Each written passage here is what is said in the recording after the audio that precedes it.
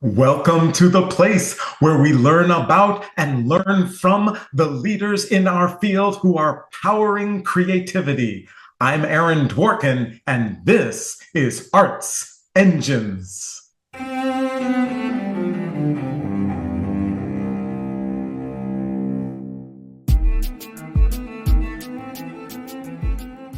Thanks again for joining me here on Arts Engines. Today's guest is Adam Schumaker, who serves as the Director of Education at the Gilmore. Adam, welcome to the show. Thanks, Aaron. So I am so excited to talk to you. I have had the opportunity to see the extraordinary programming and impact of the Gilmore up close and personal, and it really is extraordinary. So I look forward to talking about it more. Obviously, the Gilmore, one of our wonderful creative partners. So I thought it might be great just for our audience and anyone who may not have yet been able to experience the Gilmore. Could you kind of just share what all is encompassed at the Gilmore? Sure, Aaron. The Gilmore is an award, a festival, a robust series of education programs and commissions. The festival celebrates piano music. The awards that we give out are non-competitive and some of the largest awards in the classical and jazz music scene for practicing pianists.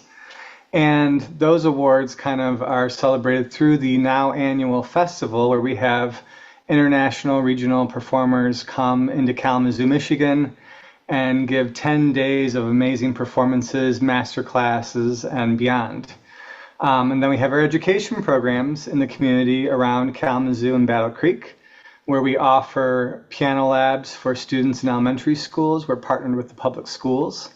We offer community labs, also group piano, and we do a bunch of camps and other mini little festivals. So Right. there's a lot. It is so much. And so I was curious, I want to get a little more into education programs and then really deep into that. But also you mentioned kind of the big awards. And unless I'm wrong, we're talking $300,000. Correct. The prominence of the Gilmore, right? This is, if you will, the MacArthur of kind of the classical music world in some ways. Yes. It was started as a classical award for a classical pianist. Every 4 years, a pianist is selected through a non-competitive process. If you're out there performing and being an artist, you could be nominated, you could be competing without even knowing it.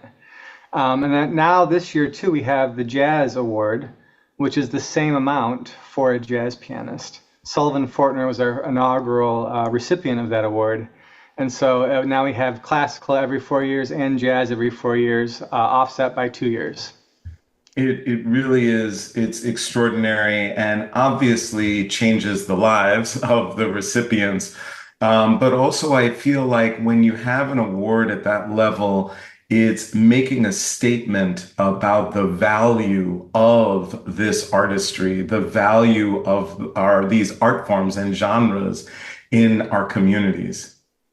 Absolutely. And I believe, the award is really set out from the very beginning to not only recognize, but help establish that individual as a lifelong artist, to give them the support, the network, the coaching, the resources to maintain what they're doing and then go beyond that level too, to be truly an artist that can be enjoyed by so many audience members and supporters alike. Absolutely. So, education is obviously a huge part of all of your work, and this falls under all of your purview. Is there kind of a ballpark of like just the nut you described all of these different components? Is there kind of like a total number of people you impact through all of your different education programs? I have to get this number frequently, um, but not frequently enough. I would say, it really depends on the programs because we're wide reaching. We're going from, early ages through elementary and trying to educate all ages through adulthood and beyond. I kind of focus in on our flagship program, the Piano Labs, which they really are high intensity programs where students are seen in small groups twice a week every week of the school year. And we see about 800 students a year in that program between two cities. And so we're not just, seeing them once, but we're seeing them every single week with our team of 21 teaching artists. And I would say, generally speaking, we reach thousands a year with our programming. Yeah, no, it's truly impactful, and especially that depth. I mean, that very significant number of people, and but with that depth of impact and regular engagement with them, obviously is very, very key. So as part of all of this work, there is also the Gilmore Fellowship, and wondering if you could share a bit more about that. Yeah, absolutely. So I like to think the piano labs kind of start from the earliest ages and kind of are working their way up, and we're working on building that middle school, high school audience. The Gilmore Fellowship is for that aspiring career pianist, kind of the top of their game, maybe middle of college or just graduated, or even beyond that. And the fellowship is a residency where pianists come into the festival. We put them up for the entirety of the 10 days, and they perform. They study with the festival artists in masterclass, public masterclasses. They do lectures, workshops, closed sessions, working on their career, their entrepreneurship, their finances, their marketing. We provide really excellent headshots for them while they're here. And we really build that network of camaraderie and building close relationship with their peers in the realm of piano music. We have 9 spots for classical pianists and 3 spots for jazz pianists. And so we're definitely genre blurring a little bit there with this program. And it's really meant to help an aspiring pianist or somebody already in their career to get those next bits of steps lined up so that they can succeed or and find the next steps for their own career, whether that's being an artist or being an administrator or being a professor. We've had a whole number of people come through the program with different goals in mind. Well, so, and I love that. And again, of course, that depth, right, of impact you're having for them. What I love, and as far as being, of course, a deep believer in kind of entrepreneurial skill sets, things like that, what I love is you mentioned entrepreneurship, you mentioned things like, headshots, things like that. It's not just what are they doing at the piano and the very specific artistic skill sets that they're clearly developing, but this kind of, could you share kind of, is there something where you've looked and seen, these skill sets, this kind of almost 360, it seems, kind of impact is what you see helping them to be most successful at developing careers? I wouldn't say there's one skill set per se. The thing that we noticed, early on, I would say even ages ago, is that there's still a theory that if you practice and practice and enter competitions, you will eventually be picked up by an agent and then you'll have a career. Anybody in the field knows that that is still a really challenging path. It's not unattainable, but it is a small portion of the things you need to do to be successful. So we really try to not only develop their musical artistry, that's a given. I mean, they're here to embrace that fully. But those skills from just like knowing how to talk about negotiations and contracts, or thinking about your writing, right? We've done writing workshops and reviewing concerts while we're here by the fellows with guidance from a professional. We talk about pitching to a record label. We talk about pitching to a promoter or a booking agent, right? Or being your own manager. They sit down and have lunch with our executive director, Pierre, and they learn about the process of his career and also his work that he does as a artistic director.